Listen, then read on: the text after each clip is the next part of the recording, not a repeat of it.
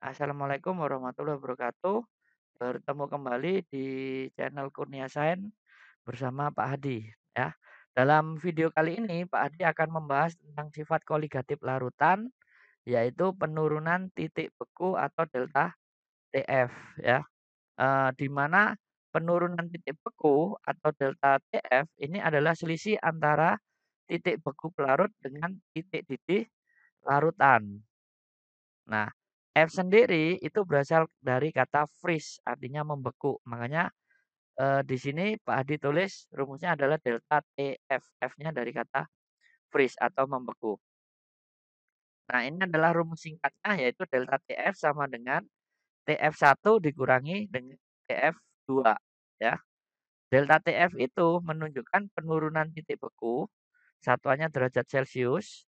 Kemudian TF1 itu menunjukkan titik beku pelarut murni, satuannya derajat Celcius juga.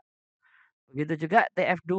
TF2 ini menunjukkan titik beku larutan, satuannya derajat Celcius juga ya. Nah, besarnya penurunan titik beku itu dirumuskan oleh Raoult sebagai berikut. Nah, ini adalah rumusnya delta TF sama dengan KF dikalikan dengan M kecil, yaitu molalitas.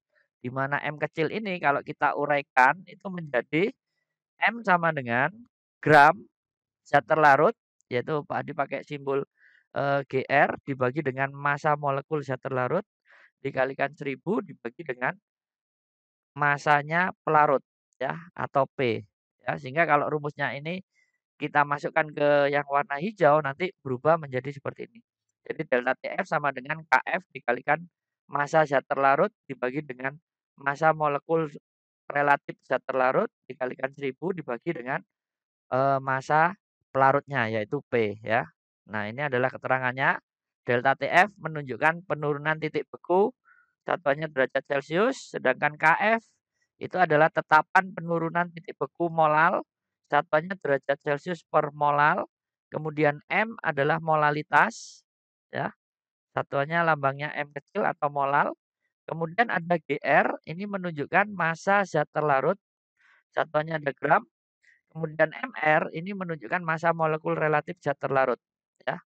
Sedangkan P itu adalah massa pelarutnya, satuannya gram.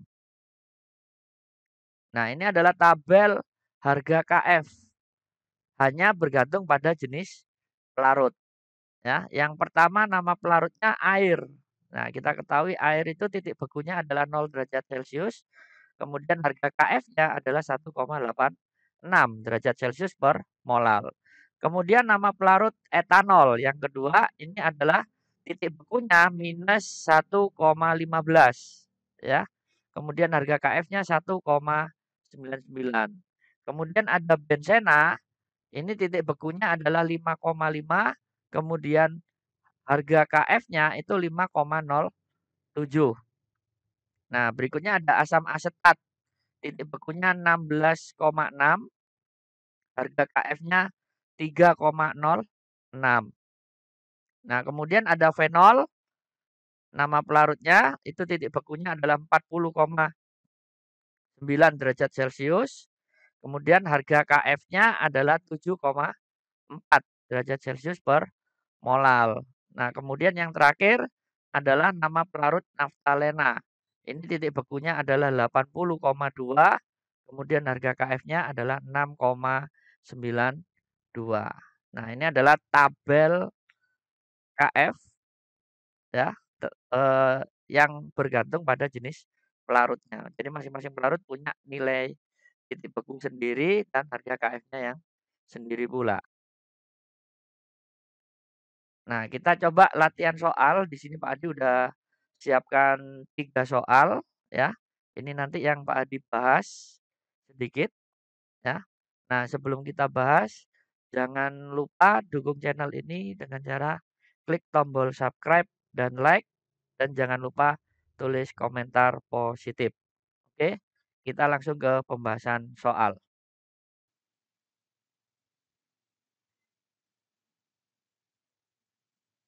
Nah, pada latihan soal nomor 1 di sini sebanyak 30 gram urea MR-nya diketahui 60 dilarutkan dalam 500 gram air. Jadi air ini sebagai pelarutnya. Jika diketahui KF-nya air ini sebesar 1,86 derajat Celcius per molal. Nah, pertanyaannya yang A, tentukan penurunan titik beku larutan urea. Nah, ini berarti mencari harganya delta TF. Nah, ini mencari penurunan titik bekunya dari urea, larutan urea berapa. Kemudian yang B, tentukan titik beku larutan urea jika titik beku airnya 0 derajat Celcius. Nah, berarti kalian disuruh mencari harga TF2 ya. TF2 ini adalah titik beku larutan. Oke. Nah, sebelum kita menghitung delta TF dan TF2, kita tulis dulu apa aja yang diketahui. Yang pertama ada 30 gram urea. Nah, ini berarti nilai dari gram zat terlarut ya. Pak Adi lambangkan GR tadi sebesar 30 gram ureanya ya. Kemudian ada MR-nya urea sebesar 60 ya. Berarti ini adalah MR urea. Nah, ini sebesar 60. Oke. Kemudian dilarutkan dalam 500 gram air. Nah, berarti 500 gram air ini menunjukkan harganya dari P, yaitu massa pelarutnya sebesar 500 gram air ya. Nah, kemudian diketahui harga KF air sebesar 1,86 derajat Celcius per molal. Nah, ini udah tetapan. Jadi KF-nya air itu sebesar 1,86 derajat Celcius per molal ya. Dan yang terakhir itu ada di B, titik bekunya air 0 derajat Celcius. Nah, ini menunjukkan harganya dari TF1 itu sebesar 0 derajat Celcius, titik beku air. Oke. Kalau udah diketahui seperti ini berarti kita langsung hitung ke delta TF ya. Berarti yang A ini nanti delta TF sama dengan KF. Kita kalikan dengan gramnya zat terlarut dibagi dengan MR. Kemudian dikalikan dengan 1000 dibagi dengan massa pelarutnya ya, yaitu P. Nah, tinggal dimasukkan aja delta TF. Nah, F-nya adalah 1,86. Kemudian dikali gramnya adalah 30. Nah, dibagi dengan MR-nya adalah 60. Kemudian kita kalikan dengan 1000. Nah, dibagi dengan 500. Oke. Nah, kita bisa menyederhanakan 30 dengan 60 ini sama-sama dibagi 30 sehingga 60 ada sisa 2 ya. Kemudian 1000 dibagi dengan 500 itu ada sisa 2 di atas sehingga 2-nya bisa kita coret di sini habis ya. Sehingga nanti delta TF-nya nah ini sebesar 1,86 derajat Celcius. Nah, ini adalah delta TF-nya. Oke. Nah, delta TF udah ketemu, berarti kita nyari TF2 yang B. Ya. Berarti yang B nanti rumusnya adalah delta TF. Ini sama dengan TF-nya 1, yaitu TF-nya pelarut murni, air. Kemudian dikurangi dengan TF2. TF2 ini adalah titik beku larutan ureanya. Ya. Cuma yang kita cari adalah TF2. Jadi kita tukar posisi dengan TF, delta TF, sehingga TF2 nanti rumusnya berubah menjadi TF2 sama dengan TF1 dikurangi dengan delta TF. Ya. Nah, tinggal dimasukkan aja TF1-nya sebesar 0 derajat Celcius. Nah, ini 0 derajat Celcius. ya. Kita kurangi dengan delta TF-nya, itu sebesar 1,86 derajat Celcius. Jadi 1,86 derajat Celcius. Sehingga nanti TF2-nya ini ketemu minus 1,86 derajat Celcius ya. Jadi, nah ini titik beku larutan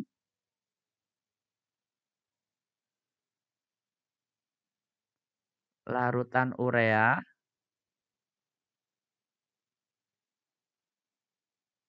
itu sebesar minus 1,86 derajat Celcius. Oke? Nah, ini adalah cara mengerjakan soal yang pertama. Kita lanjut ke soal berikutnya. Nah, pada soal nomor 2, itu suatu zat non-elektrolit sebanyak 2 gram dilarutkan dalam 250 gram air. Ternyata titik beku larutannya itu adalah minus 0,248 derajat Celcius ya. Jika diketahui KF-nya air adalah 100,86 ya. Berarti ini sama dengan sebenarnya. Nah, ini sama dengan ya 1,86 derajat Celcius per molal. Nah, tentukan massa molekul relatif zat tersebut. Nah, berarti kalian disuruh mencari nilainya Mr zat non-elektrolitnya. Oke? Nah, berarti kita tulis dulu yang diketahui apa aja. Yang pertama itu ada gramnya zat terlarut sebesar 2 gram ya. Ini sebanyak 2 gram. Kemudian P-nya yaitu massa zat terlarut massa pelarutnya air itu sebesar 250. Berarti P-nya ini sebesar 250 gram. Nah, kemudian ada titik beku larutan.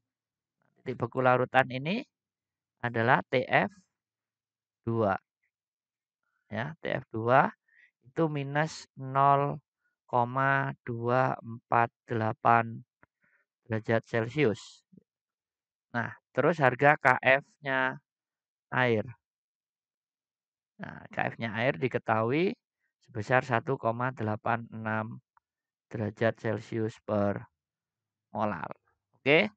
Nah, langkah pertama kita mengubah dari TF2 kita cari delta TF-nya dulu.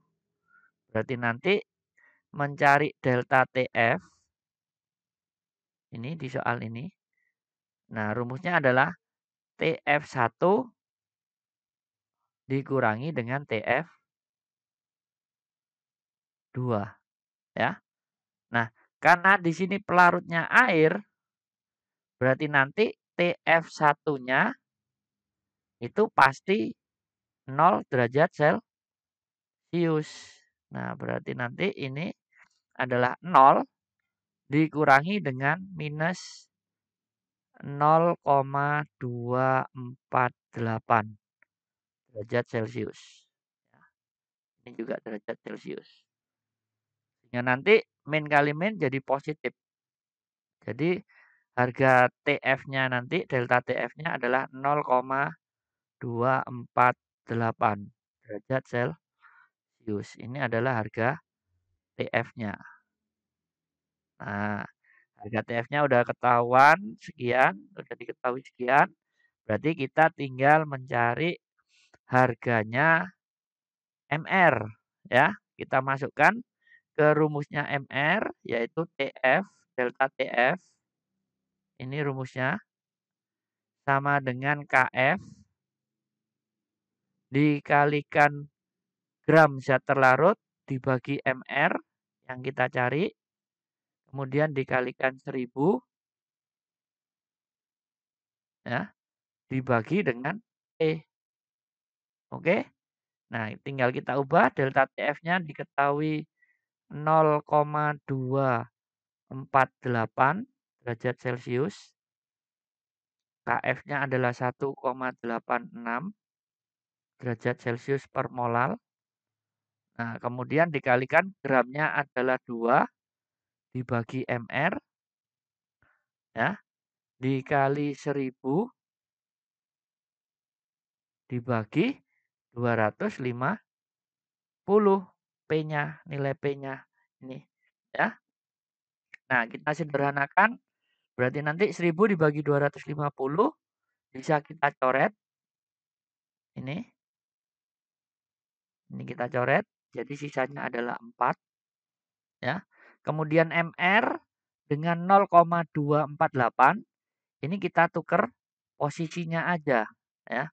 Berarti nanti rumusnya menjadi mr sama dengan 1,86 dikalikan, nah 2 kali 4 ketemu 8 dibagi, nah ini 0,248-nya kita tukar posisi dengan mr. Jadi letaknya nanti seperti ini. 0,24 ada di bawah. Nah, kalau udah seperti ini, berarti kita tinggal menghitung harga mr-nya. Nah, kita gunakan kalkulator. Ini berarti 1,86 dikali 8. Nah, kemudian dibagi dengan 0,248. Nah, ketemu 60. Berarti mr-nya adalah sebesar 60. Nah, ini udah bisa kita tentukan ya. Jadi mr-nya zat non elektrolit ini jadi mr zat non elektrolit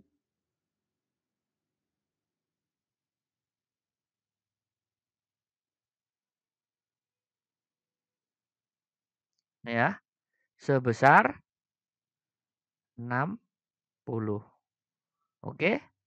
Nah, ini adalah cara mengerjakan soal nomor 2. Kita lanjut ke nomor 3. Nah, pada soal nomor 3, berapa titik beku larutan yang terjadi jika 10 gram urea dan 18 gram glukosa dilarutkan dalam 600 gram air. Nah, KF-nya air adalah 1,86, mR urea 60, mR glukosanya 180 ya. Nah, Pak Adi tulis dulu yang diketahui itu ada gramnya urea. Ini gramnya urea. Itu sebanyak 10 gram. Nah, kemudian mR-nya urea itu sebanyak 60, sebesar 60 mR-nya. Kemudian ada gramnya glukosa.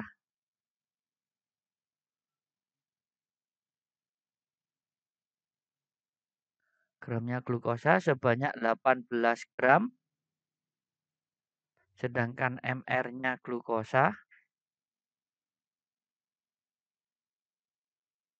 ya.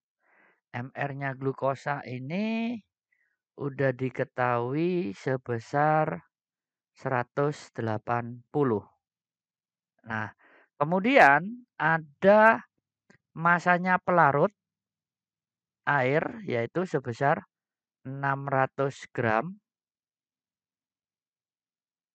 Nah, kemudian tetapan titik bekunya air KF ini sebesar 1,86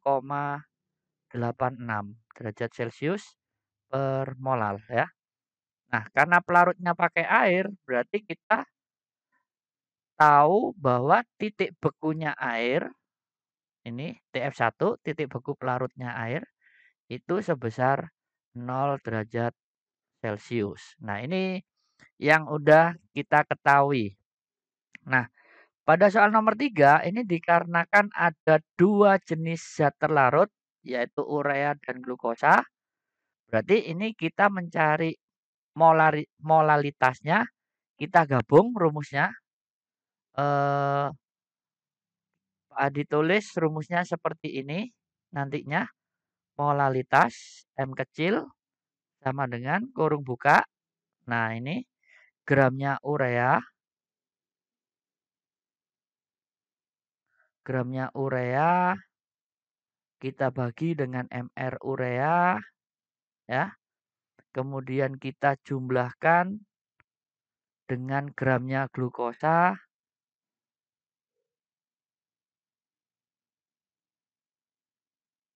Nah, kita bagi dengan mR-nya glukosa. Kemudian kita kurung tutup. Dikalikan dengan 1000 dibagi dengan P. Nah, ini adalah rumus molalitas campuran urea dan glukosa. Oke, kita tinggal masukkan nilainya. Nah, berarti gramnya urea adalah 10 dibagi 60. 10 dibagi 60. Kemudian dijumlah dengan gramnya glukosa. Itu adalah 18 dibagi dengan 180. Ya, kita kurung tutup. Kemudian dikalikan 1000. Nah, dibagi masanya pelarut air adalah 600. Nah, kalau udah seperti ini, berarti nanti kita samakan penyebutnya yang di dalam kurung. Nah, ini penyebutnya diambil 180 ya. Karena 60-nya dikali 3 berarti yang atas kali 3. Berarti 10 kali 3 yaitu 30 ditambah 18. Kemudian dikali 1000 dibagi 600. Nah, ini adalah hasilnya. Hingga nanti di bawah aja. Nah, Pak digeser dikit. Hingga nanti ketemu 48 dibagi 180 ya. Kita kali 1000. Nah, dibagi 600. Nah, ini kalau kita coret ketemu nantinya. Jadi 1000-nya dicoret, 03-nya habis. Kemudian 48 dengan 6 kita coret, sisa 8. Nah, berarti masanya nanti itu adalah 8. Kok masanya? Berarti molalitasnya itu adalah 8/18. Nah, ini setara dengan berapa? 8 dibagi 18 itu adalah 0,0,44 molal. Nah, ini adalah molalitasnya. Nah, karena molalitasnya udah kita ketahui sebesar 0,44, maka kita tinggal menentukan harganya delta TF. Nah, ditarik samping sini. Jadi TF ini sama dengan KF dikalikan dengan M. Nah, KF-nya tadi kan 1,86. Nah, kita kalikan dengan 0,44 ya. Nah, kita coba hitung lagi pakai kalkulator jadi 0,44 dikalikan 1,86. Nah, ketemu 0,8184 derajat Celcius. Ini adalah delta TF-nya. Nah, berarti untuk mencari TF larutan titik beku larutannya itu adalah TF1 kita kurangi dengan delta TF ya. Nah, TF1-nya kan pelarutnya air, berarti titik bekunya adalah 0 derajat Celcius dikurangi dengan 0,8184 derajat Celcius. Jadi nanti TF-nya sebesar minus 0,81 84 derajat Celcius. Nah, ini adalah TF2-nya. Udah diketahui sekian. Berarti kita tinggal tarik kesimpulan di sini. Jadi, titik beku larutan